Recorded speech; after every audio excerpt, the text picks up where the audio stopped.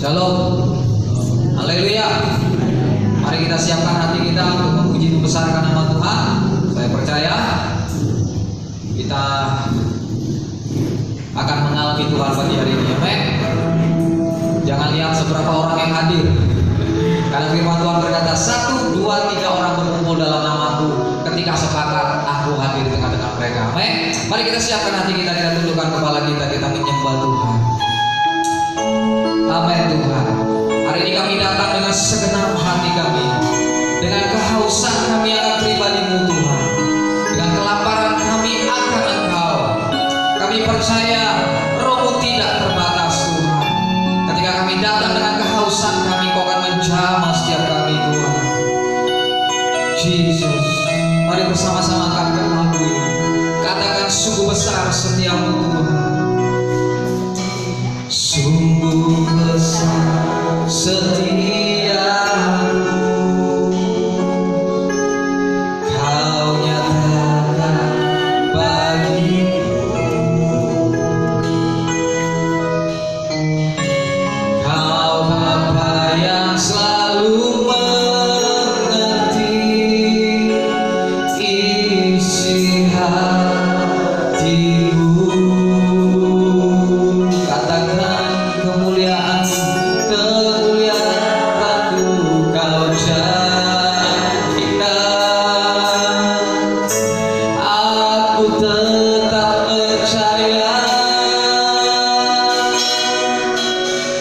Sungguh besar setiamu, amin Tuhan.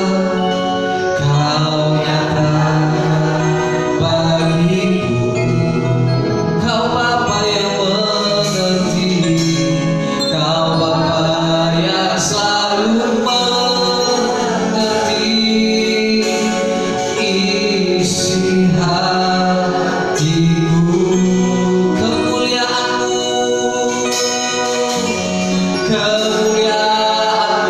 Kau janjikan,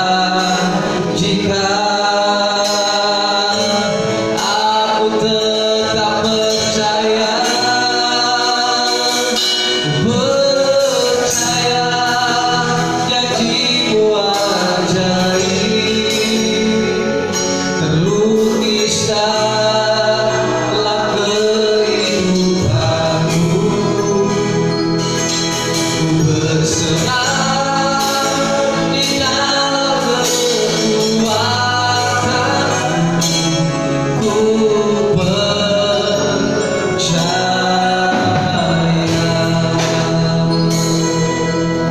Oh,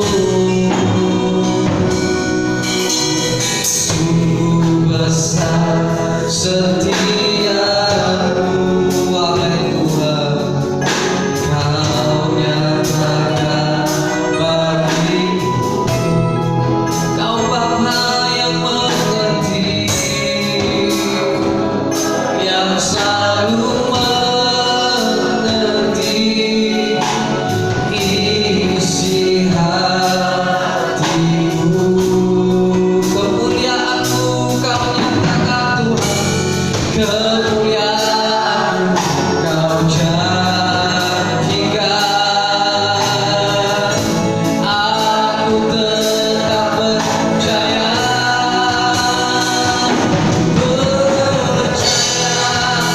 janji-Mu ajaib, amin, terlukis dalam kehidupanku.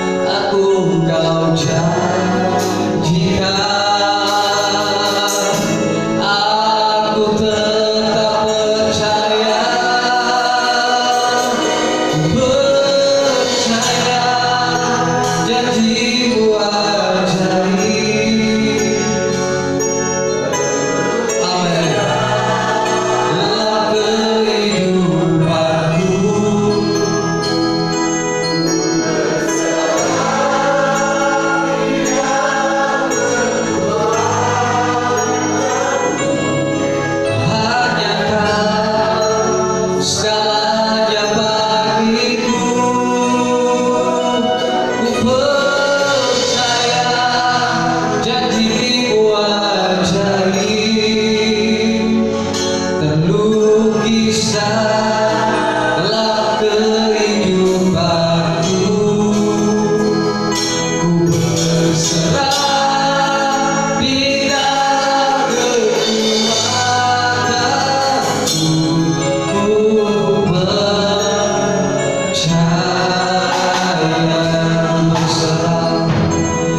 berserah di dalam kekuatanmu. Ku percaya.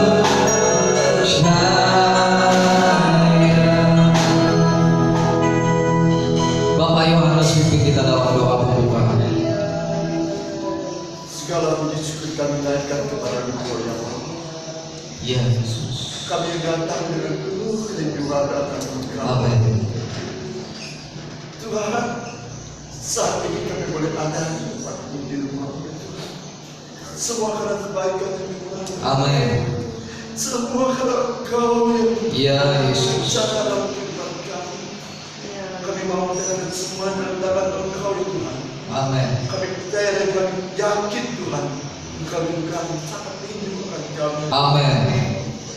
Biarlah kesempatan ini kami Ya. sebaik-baiknya Tuhan, untuk lebih dekat lagi kepada Engkau Amin. Tuhan, untuk menyadari siapalah kami ini. Ya Yesus. Biar Tuhan kuasa-Mu kerja di tengah-tengah kami pada pagi Amin. hari ini. Bekerjalah Engkau dengan dahsyat. Haleluya. Kami tidak mau menyia-nyiakan waktu. Kami tidak akan mau menyia-nyiakan kesempatan yang Kau berikan kepada kami Tuhan. Kami mau lebih dekat lagi bersama-sama dengan Engkau ya Tuhan. Ya. Bersahati dengan Engkau ya Tuhan. Kami mau memiliki Engkau sepenuhnya Tuhan Yesus. Haleluya.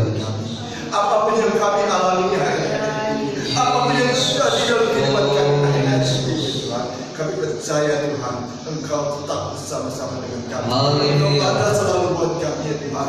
Biarlah Tuhan Yesus, kami mau memuji-muji Engkau saat ini. Kami mau memuliakan Engkau, Allah yang kasih, Allah kami yang perkasa, Allah kami yang maha tinggi.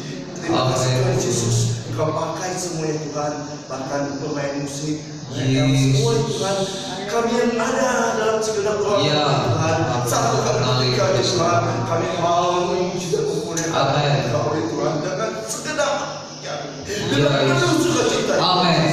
Terima kasih Bapa, terima kasih Tuhan Yesus. Bahkan kami percaya Tuhan, urapan-Mu terjadi di tengah-tengah kami pada pagi hari ini. Kuasa Roh Kudus-Mu bekerja di tengah-tengah kami pada pagi hari ini Tuhan. Kami percaya juga Tuhan Yesus. Kami mau menyerahkan semuanya ibadah kami mulai dari awal pertengahan hingga akhirnya dalam tangan Engkau Tuhan.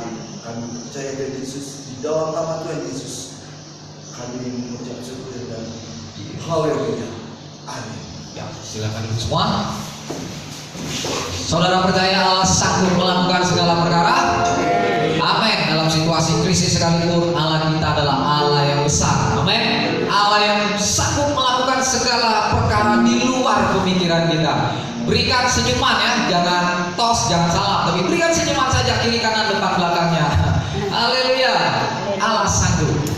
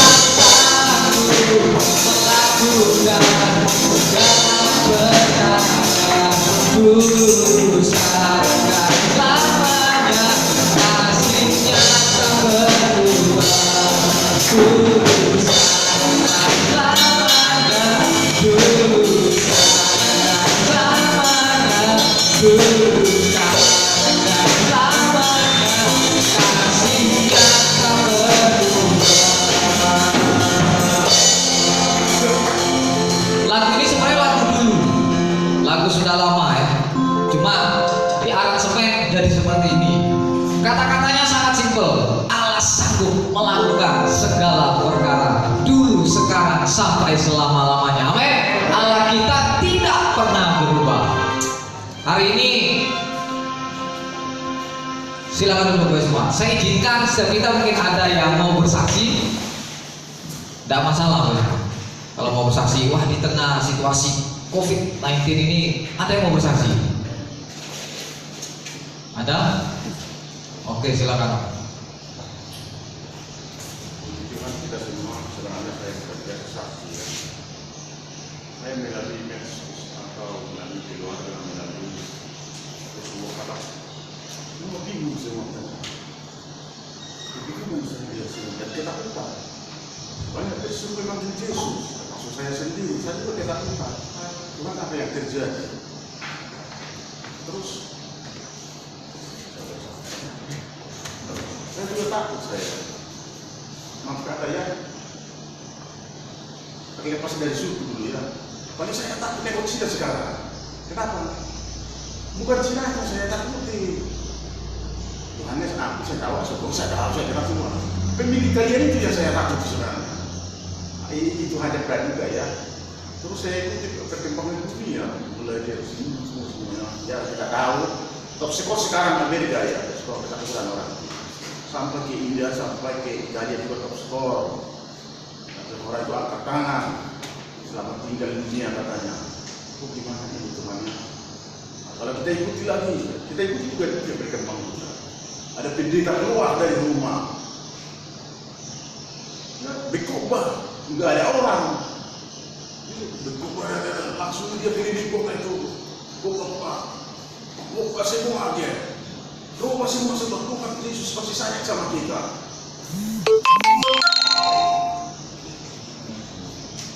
Terus saya pikir-pikir, ya, kalau kita ikuti perkembangan Tuhan, ada yang bilang ini, dia bilang, wah itu namanya lawan itu sepertiga penduduk dunia akan mati. Untuk beberapa pendeta masing-masing ada penafsiran ya. Terserah pendeta itu adalah memang saya buka di wajib itu namanya lawan itu sepertiga penduduk dunia akan mati. Kalau sepertiga berapa kita penduduk dunia? Kita kira sekian miliar lah, berarti harus 1 miliar mati katanya. Itu katanya, itu kayak penafsir pendeta itu boleh-boleh saja ya. Tapi kita anak-anak Tuhan,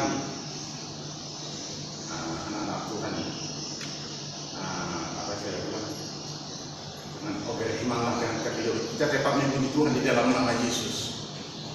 Yang masih basi kita ya, apa istilah apa? Ada istilah. Si yang kali itu ada deh, masing-masing tidak bisa saya selamatkan istri saya, tidak bisa selamatkan saya. Pendeta tidak bisa selamatkan saya. Mari kita isi iman kita dengan masing-masing ada kota. Ya, penyakit bisa kita jauhi, tapi kasih sayang jangan dijauhi. Itu aja dari saya ya, bukan itu ya. Penyakit bisa kita ini ada jalannya, tapi kasih sayang sama jemaat sama kita jangan jauhi kasih sayangnya. Tetap kita memuji Tuhan. Sekian puji Tuhan kita hadirkan pagi ini. Amin. Haleluya. Penyakit bisa kita jauhi, kasih sayang jangan kita jauhi. Haleluya. Mari kita siapkan hati kita untuk mendengarkan firman Tuhan. Ya Yesus.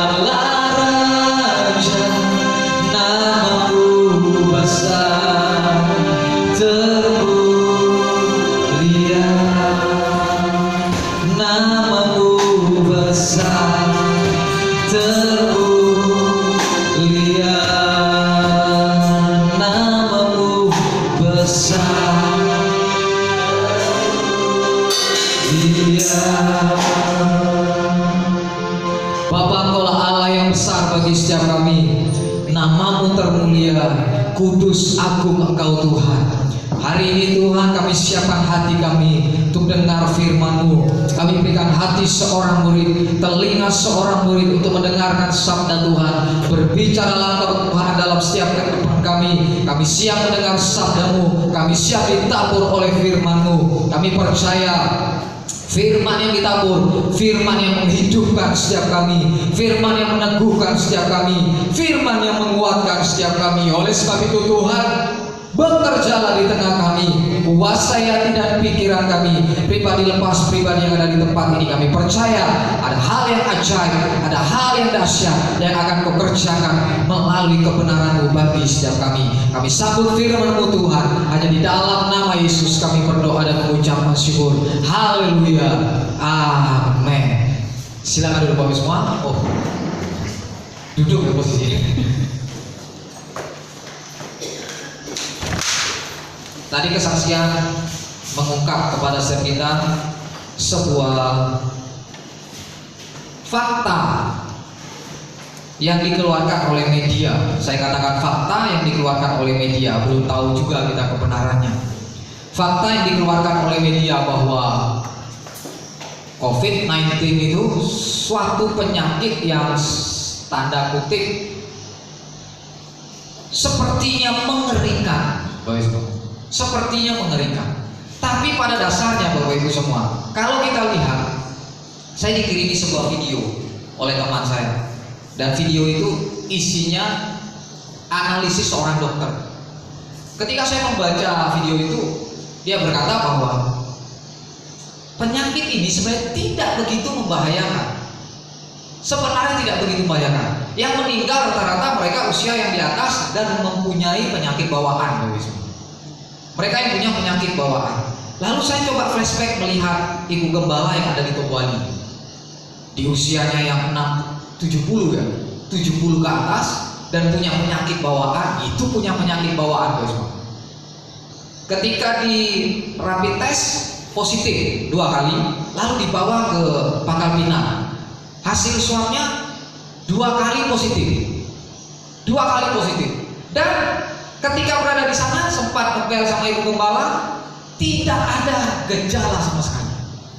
Bahkan dia sehat, ku sehat, dia ngomong sama aku, ku sehat kok, tidak ada gejala sama sekali, tidak ada gejala, ku sehat. Bahkan kalau koke sama ibu gembala ketawa-ketawa saya dengar. Lalu saya tanya lagi menantunya, sebenarnya menantunya ini hasil swabnya negatif, cuma rapid test yang kedua positif, hasil swabnya negatif. Jadi dia tidak begitu merasakan. Nah, saya katakan bahwa mungkin itu karena mungkin dia punya virus yang lain atau apa, tapi hasil swabnya negatif, Pak semua. Nah, Tante Kim ini usianya sudah lanjut, tapi tidak merasakan apa-apa. Karena apa? Kuncinya satu. Dia cerita kepada ibu gembala, dibuat bahagia. Amin. Itu, Pak semua. Hati yang gembira adalah obat. Kalau kita hidup dalam ketakutan, terus ketakutan, kekhawatiran, imun kita turun. Semua penyakit saya rasa kalau kita lawan dengan imun kita, menang dong kita. Amin. Tuhan tuh tahu hati yang gembira adalah obat, kata firman Tuhan, dan itu benar, guys.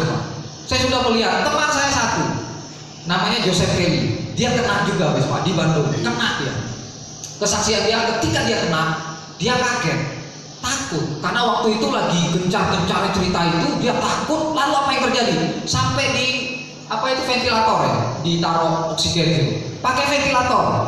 Berapa hari itu dia pakai itu karena ketakutan dia.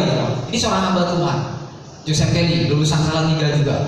Lalu berjalan 8 hari, lewat 8 hari mulai enak dia, mulai enak, akhirnya sembuh, keluar. Lalu dia saksikan itu di Facebook dia. Yang saya mau katakan bagi kita, sudah bagi semua, kita jangan takut berlebihan. Amin. Kalau kita takut berlebihan, kita juga susah untuk beraktivitas. Mau tidak mau, kata dokter itu yang buat saya jadi, mau tidak mau, kedepannya kita akan bergaul dengan virus ini. Mau tidak mau, kita akan bergaul dengan virus ini, pasti itu. Dan itu tidak akan cepat hilang virus itu. Virus ini cuma cepat menular. Kita tidak tahu orang itu kena atau tidak. Itu. Cuma kalau kita hati kita happy, gembira, imun kita naik, guys semua. Dan itu saya percaya kita menang lawan virus itu. Apalagi firman Tuhan katakan darah Yesus menyembuhkan segala sakit penyakit. Amin. Kita imani, kita percaya, pasti itu akan terjadi. Nah, krisis itu pasti terjadi, guys semua. Bahkan firman Tuhan katakan di dalam 2 Timotius 3 ayat yang pertama. Kita baca sama-sama. 2 Timotius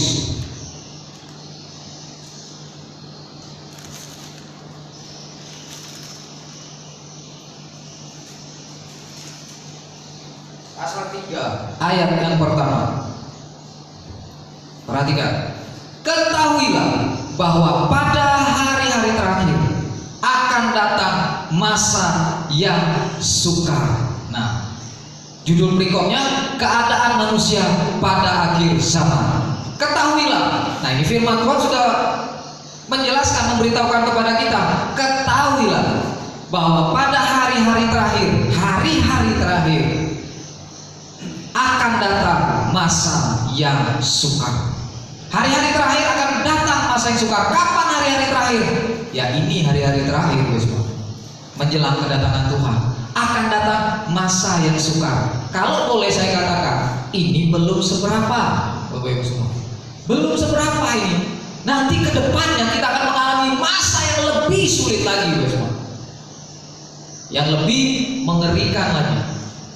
Nah, firman Tuhan berkata, ketahuilah bahwa pada hari-hari terakhir akan datang masa yang sukar. Kalau kita rajin baca firman, kalau kita merenungkan firman setiap hari, ketika kita memasuki masa yang sukar dalam hidup kita, apa respon kita pertama? Kalau kita tahu bahwa firman berkata ketahuilah, masa sukar itu pasti datang. Nah, ketika masa sukar itu datang dalam hidup kita, kita sudah tahu belum? Sudah, tidak kaget seharusnya. Nah, ketika ada COVID-19 kayak gini, harusnya apa yang terjadi dalam kehidupan kita? Jangan kaget. Ini kan jelas Tuhan kasih tahu, masa-masa yang sukar itu akan datang, guys semua. Respon kita apa? B aja lah, ini kata bahasa gaulnya sekarang. B aja. Apa itu B aja? Biasa aja, guys semua. Jangan terlalu norak kita membesar-besarkan segala sesuatu. Biasa aja. Tetap berjaga-jaga, kata firman Tuhan minggu kemarin. Tetap, jangan biasa aja lalu kita sembrono gitu. Enggak, tetap berjaga-jaga. Sebelum kita masuk gereja, apa yang kita lakukan? Cuci tangan. Mungkin di rumah sudah cuci tangan, terus cuci tangan lagi. Tak apa-apa, duduk berjaga-jaga. Ini namanya berjaga-jaga, waspada.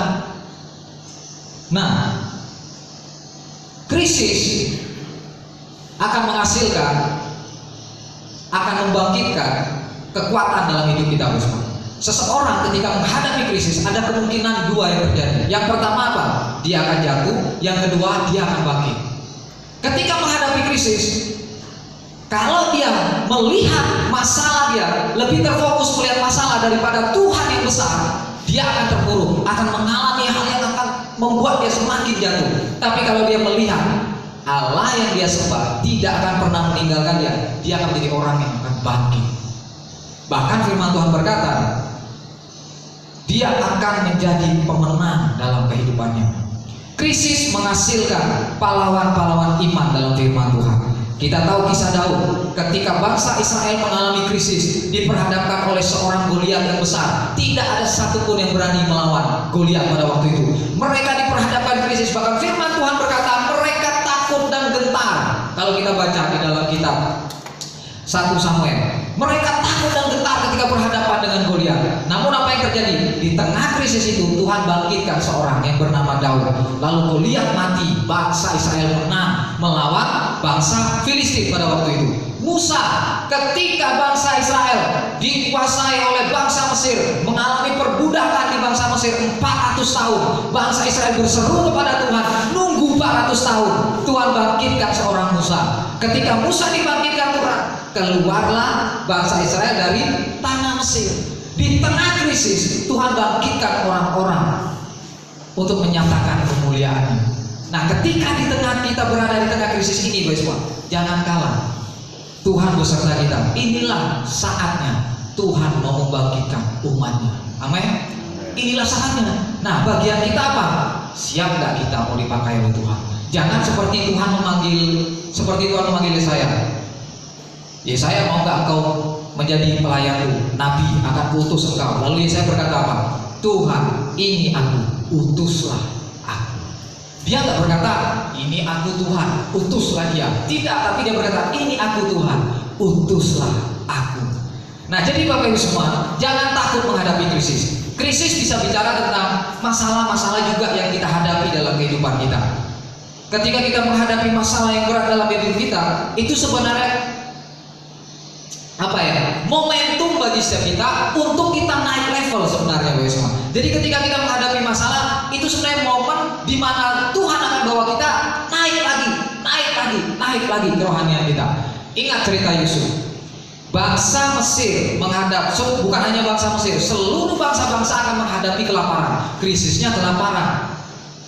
Lalu Tuhan bangkitkan Yusuf. Yusuf nggak ujuk-ujuk langsung menjadi pemimpin di tanah Mesir. Yusuf diproses Tuhan. Dia mengalami krisis-krisis dalam hidupnya, tapi dia tidak mengalami krisis identitas dalam hidupnya. Nah, yang berbahaya kalau kita mengalami krisis identitas dalam hidup kita. Apa itu krisis identitas? Kita tidak tahu siapa kita.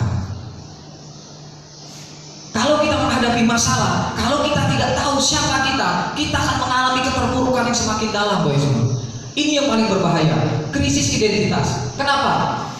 Mungkin ketika kita menghadapi masalah, orang akan berkata, "Tuh kan, lah dari dulu memang kane bawa sial." Nah, kata-kata bawa sial itu seringkali didengar oleh orang-orang Cina. Kata-kata bawa sial itu, wah, begitu menguasai kita. Sehingga apa yang kita lakukan? Biasanya orang Cina apa? Ganti nama ya. Terus namanya dirubah kayak apa? Batu kalau nggak salah.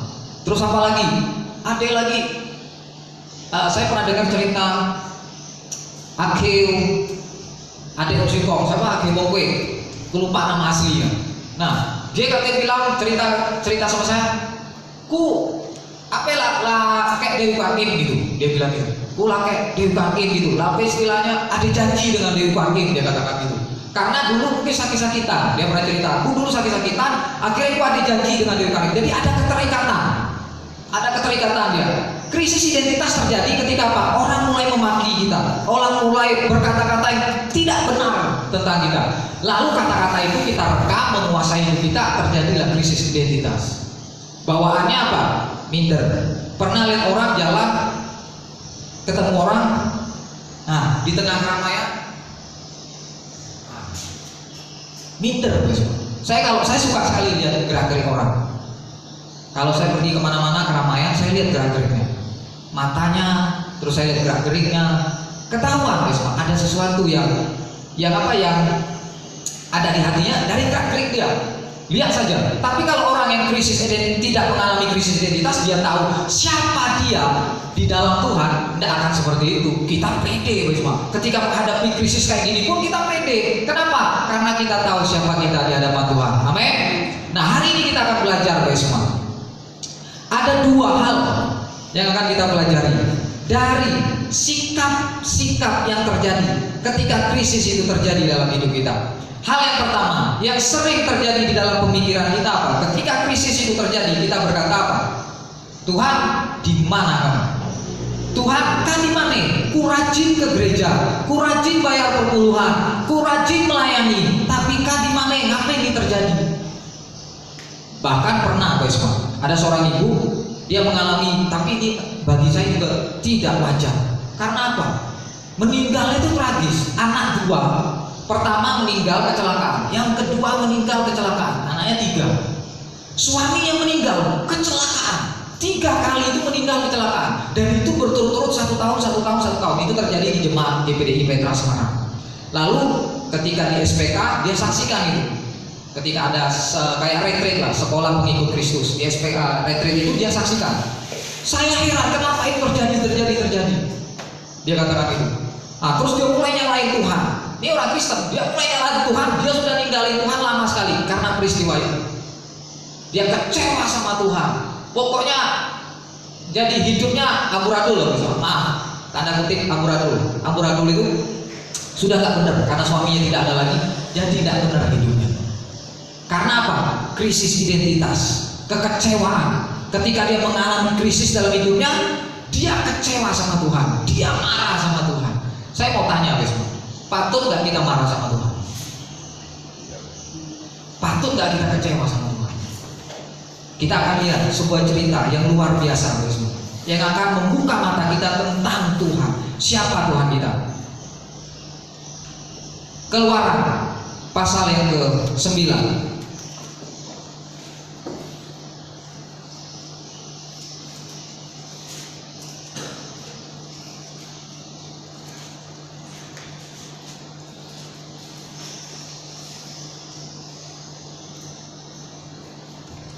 Nah, saya akan cerita sedikit. Pasal yang ke-9, 8, 7, 7, 8, 9 sampai yang ke-10, 11 itu tentang tulang. Jadi ceritanya seperti ini, guys. Tuhan memanggil Musa. Musa pergi ke tugas Musa apa? Musa, engkau pergi ke menghadap Firaun, katakan kepada Firaun bahwa bangsa Israel harus kubawa keluar dari Mesir. Lalu Musa lakukan, itu perintah Tuhan. Lalu Musa lakukan. Ketika Musa melangkah masuk dan berjumpa dengan Firaun, Musa mengatakan apa yang Tuhan suruh katakan. Ingat guys, Musa mengatakan apa yang Tuhan suruh katakan terhadap Firaun. Nah, Musa mengatakan itu. Bahkan Musa melemparkan tongkatnya sampai terjadi ular. Firaun melihat, lalu Firaun bilang, "Oke Musa, bawalah bangsa Israel." Ketika Musa keluar mau bawa bangsa Israel, apa yang terjadi? Firaun berubah pikiran. Tidak boleh. Lalu Musa pergi lagi, pulang. Lalu Tuhan bilang besoknya, Musa pergi lagi menghadap Firaun. Pergi lagi Musa besoknya menghadap Firaun. Dan apa yang terjadi? Firaun melakukan hal yang sama. Kenapa Firaun seperti itu, guys? Kita lihat di dalam Keluaran pasal 9 ayat yang ke-12. Kita akan melihat dari pribadi Musa. Ayat yang ke-12. Perhatikan guys. Tetapi Tuhan mengeraskan hati Firaun sehingga ia tidak mendengarkan mereka seperti yang telah difirmankan Tuhan kepada Musa. Konyol nggak guys? Konyol nggak? Tuhan nyuruh Musa pergi. Katakan pada Firaun, saya mau bawa bangsa ini karena Tuhan yang menyuruhnya keluar dari tanah Mesir. Lalu Musa lakukan sesuai dengan yang difirmankan Tuhan kepada Musa. Firman Tuhan katakan, ketika Musa menghadap Firaun, apa yang terjadi semua? Tuhan mengeraskan hati Firaun. Bahkan ketika Tuhan mengeraskan hati Firaun, bukan hanya sekali. Musa besoknya datang lagi, dikeraskan lagi hatinya. Lalu Musa ngomong lagi sama Tuhan, tidak mau deh Tuhan. Datang lagi, dikeraskan sampai tulang. Berapa tulang? 10 tulang. Konyol nggak? Kita kadang-kadang menghadapi seperti yang dihadapi oleh Musa.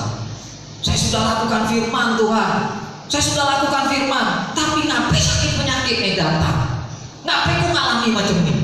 Nah Musa, saya sudah melakukan apa yang kau suruh Tuhan, tapi kenapa Firaun kau keraskan hatinya? Nah, malah dikeraskan oleh Tuhan. Tuhan kasih tahu tidak ke Musa?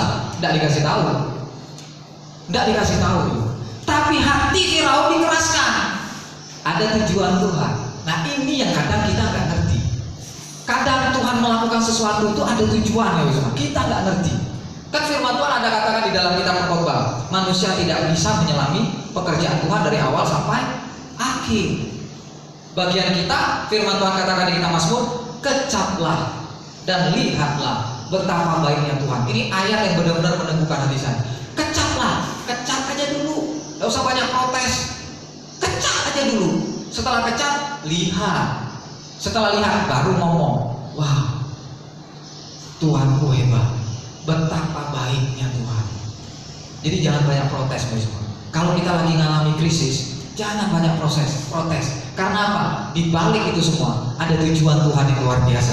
Lihat, apa tujuan Tuhan untuk bangsa Israel? Kalau Bapak Ibu semua nanti baca di rumah, Keluaran 14 ayat 4, di situ dituliskan juga Keluaran 10 ayat 20 sampai 27. Di situ dituliskan juga Tuhan mengeraskan hati Firaun. Berkali-kali Tuhan mengeraskan hati Firaun. Nah, tujuannya kita lihat. Apa tujuannya? Kita lihat Keluaran 14 ayat yang keempat. Tujuan Tuhan apa sebenarnya?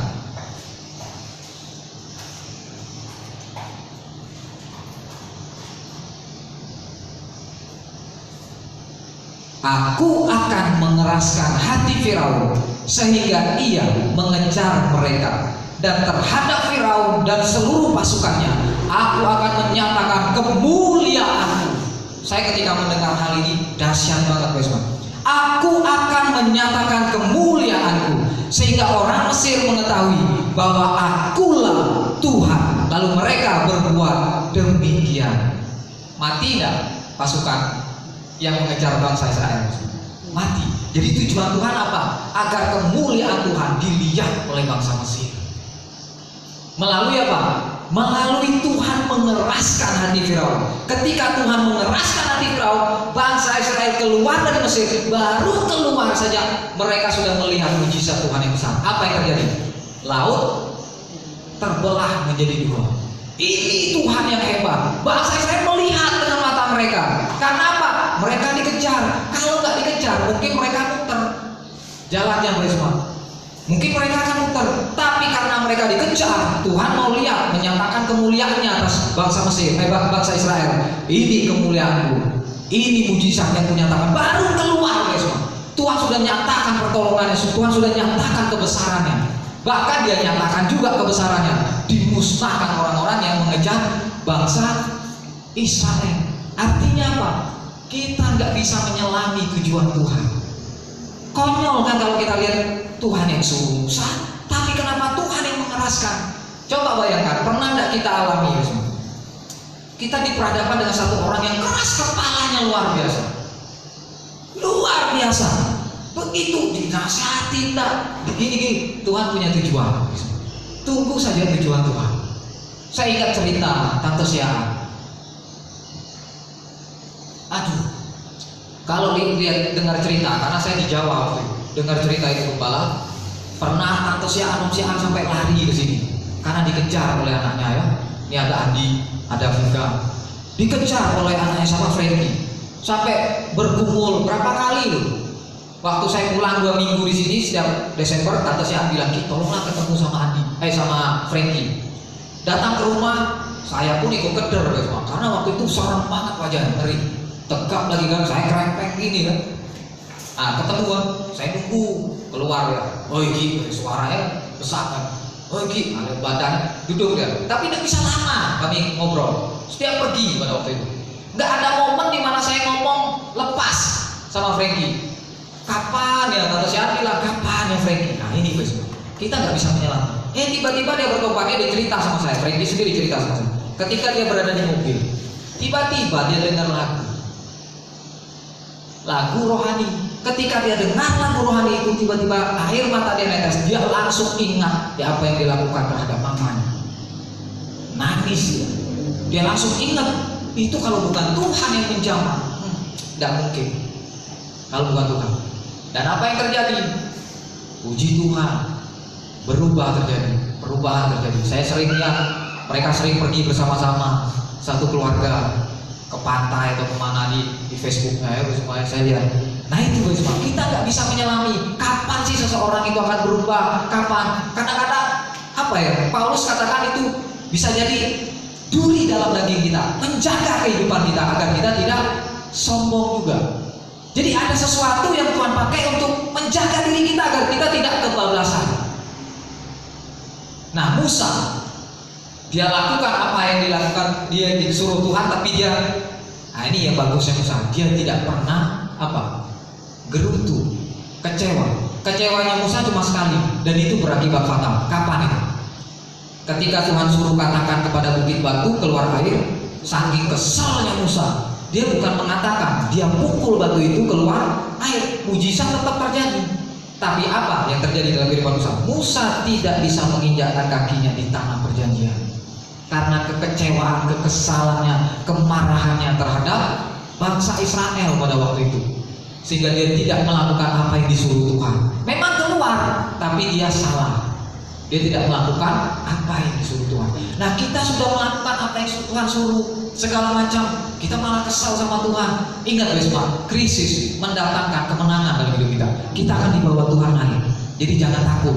Dengan seperti ini akan muncul guys, situasi seperti ini akan memunculkan kita. Kita masih haus, lapar akan Tuhan. Kemarin saya ngobrol-ngobrol sama Jerry. Jen, saya bilang, ada tidak GPDI yang lagi ibadah?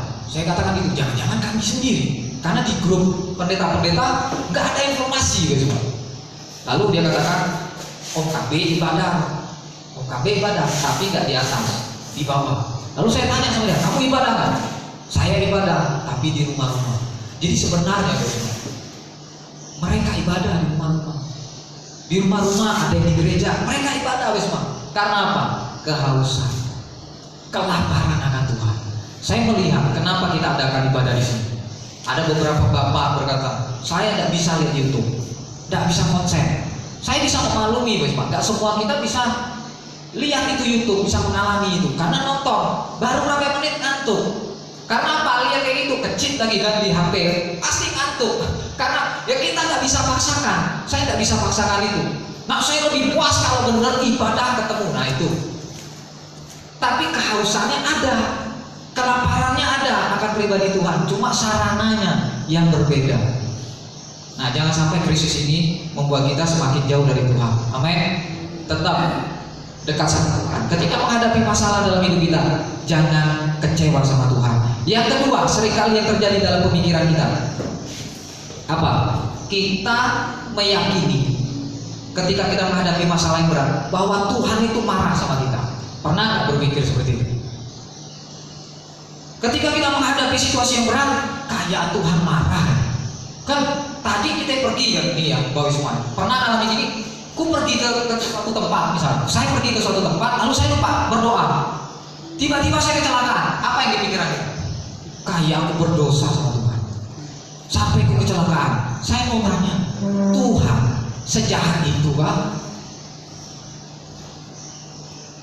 Sampai kita lupa berdoa aja berangkat. Terus Tuhan hukum kita?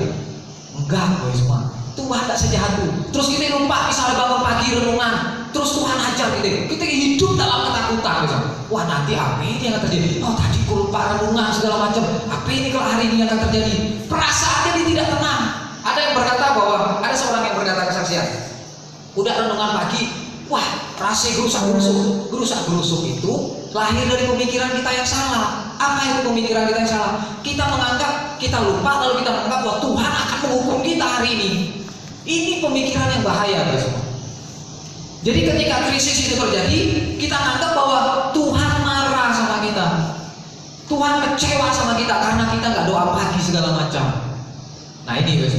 Memang setiap dosa ada konsekuensinya. Setiap dosa ada konsekuensinya. Tapi Tuhan tidak sejahat itu. Ketika kita tidak doa pagi, lalu kita pergi kemana, tidak doa atau apa, lalu kita kecelakaan, kita berkata bahwa Tuhan marah. Enggak. Tuhan tidak sejahat itu. Kita akan lihat besok dari sebuah cerita 2 Tawarik 20 sebagai poin yang terakhir. 2 Tawarik 20. Kita lihat. Ini respon yang luar biasa. Kita harus belajar dari seorang pribadi, seorang raja yang luar biasa. 2 Tawarik 20 ayat 14 mulai. Perhatikan. Lalu Yasiel bin Zakaria bin Benaya bin Matanya, seorang Lewi dari Bani Asaf, dihinggapi roh Tuhan di tengah-tengah jemaah dan berseru, camkanlah hai seluruh Yehuda dan penduduk Yerusalem dan tuanku Raja Yosafat, beginilah firman Tuhan kepadamu, janganlah kamu takut dan terkejut karena laskar yang besar ini, sebab bukan kamu yang akan berperang, melainkan Allah. Jadi ceritanya seperti ini, semua. Bangsa Israel pada waktu itu diperhadapkan dengan peperangan melawan 3 bangsa, Amon, Moab, dan orang-orang yang ada di pegunungan Seir. Jadi mereka sudah dikepung oleh 3 bangsa ini. Nah, ada ketakutan yang terjadi atas bangsa Israel. Lalu seorang nabi dihinggapi oleh roh Tuhan berkata, janganlah kau takut dan terkejut karena laskar yang besar ini, sebab bukan kamu yang akan berperang, melainkan Allah. Lanjut, besok haruslah kamu turun menyerang mereka. Mereka akan mendaki pendakian Ziz, dan kamu akan mendapati mereka di ujung lembah di muka pedang gurun Yeruel. Dalam peperangan ini tidak usah kamu bertempur. Dahsyat nggak semua? Dalam peperangan ini tidak usah kamu bertempur. Hai Yehuda dan Yerusalem, tinggal tempatmu dan lihatlah bagaimana Tuhan memberikan kemenangan kepadamu. Janganlah kamu takut dan terkejut. Majulah besok menghadapi mereka. Tuhan akan menyertai kamu. Lalu berlututlah Yosafat dengan mukanya ke tanah. Seluruh Yehuda dan penduduk Yerusalem pun sujud di hadapan Tuhan dan menyembah kepadanya. Kemudian orang Lewi dan Bani Kehat dan Bani Korah bangkit berdiri untuk menyanyikan pujian bagi Tuhan Allah Israel dengan suara yang sangat nyaring. Nah, apa yang terjadi, Besma? Ketika ayat 22, ketika mereka mulai bersorak-sorai dan menyanyikan nyanyian pujian, dibuat Tuhanlah penghadangan terhadap Bani Ammon dan Moab dan orang-orang dari pegunungan Seir yang hendak menyerang Yehuda, sehingga mereka terpukul kalah. Ayat 23 bagian akhir, segera sesudah mereka membinasakan penduduk Seir, mereka saling bunuh-membunuh. Jadi yang terjadi apa? Bangsa Israel disuruh berperang, mereka disuruh maju berperang, tapi mereka tidak berperang. Tapi mereka disuruh maju berperang. Ketika mereka sampai di posisi mereka, mereka harus duduk diam. Dan apa yang terjadi? Mereka mengutus beberapa orang yang maju berperang. Siapa itu yang maju di depan mereka? Orang-orang yang akan menyanyikan pujian bagi Tuhan. Perhatikan, Besma. Kalau orang berperang, biasanya yang di depan itu pasukan yang apa? Yang elit-elit pasti. Yang di depan itu yang berani mati lah. Nih berperang, yang disuruh di depan siapa? Penyanyi-penyanyi malah. Yang disuruh joget-joget. Bayangkan, Besma. Dalam kondisi mereka takut dan gentar. Tapi apa yang dilakukan? Yosafat lakukan, diperintahkan orang. Ketika firman Tuhan katakan, ketika mereka menyanyi dan bersorak, apa yang terjadi? Tuhan mengalahkan masalah mereka. Bagian kita apa, guys? Jangan sampai kita ketika menghadapi masalah, kita menganggap Tuhan marah terhadap kita. Enggak. Tuhan punya cara untuk menolong kita. Amin. Kau selalu punya cara untuk menolongku. Tuhan punya cara untuk menolong kita. Dia punya cara untuk menolong bangsa Israel. Kamu maju, tapi kamu dulu diam, lihat. Dan ketika mereka menang, apa yang terjadi, Besma?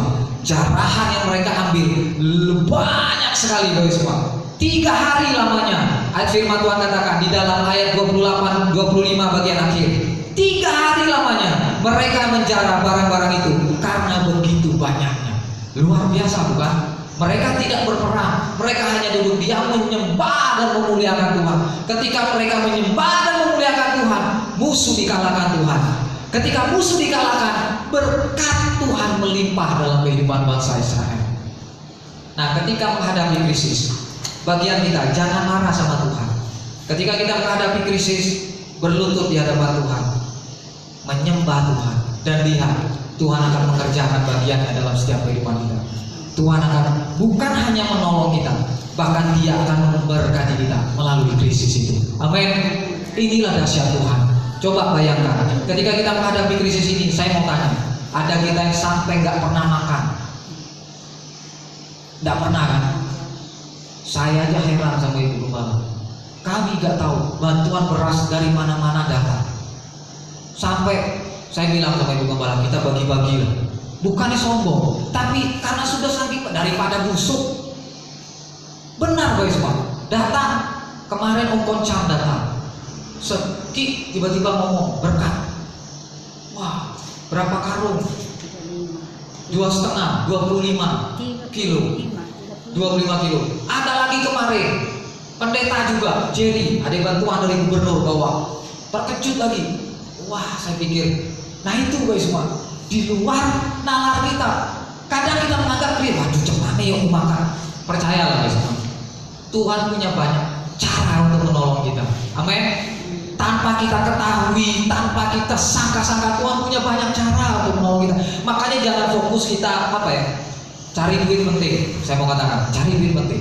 Penting saya katakan. Tapi jangan sampai fokus kita ke situ. Jangan sampai kita lupa menyembah Tuhan. Sembahlah Tuhan. Saya percaya kita melihat mungkin toko-toko lain bisa sepi, tapi kalau kita menyembah Tuhan, Tuhan akan buat berbeda usaha kita. Tuhan akan nyatakan ide-ide yang baru. Tuhan akan nyatakan hikmat dalam kehidupan kita. Agar apa? Usaha kita tetap, bahkan di tengah krisis, berkembang. Amin.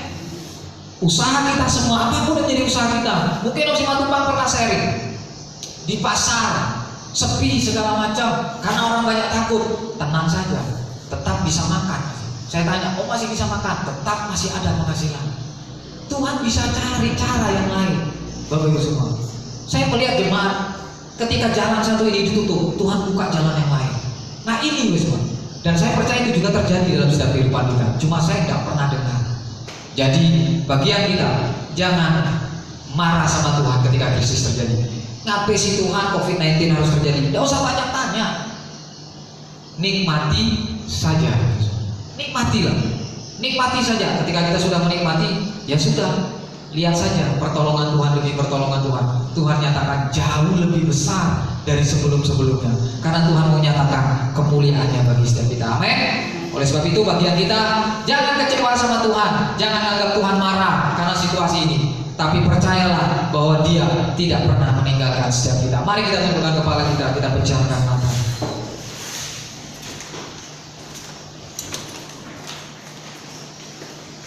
Kita nyanyikan lagu yang pertama. Pegang janji Tuhan.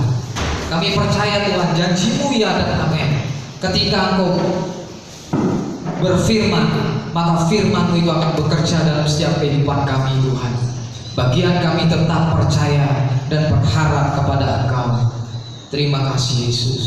Sungguh besar setia-Mu bagi setiap kami. Ya Tuhan. Yesus, kami mengasihi.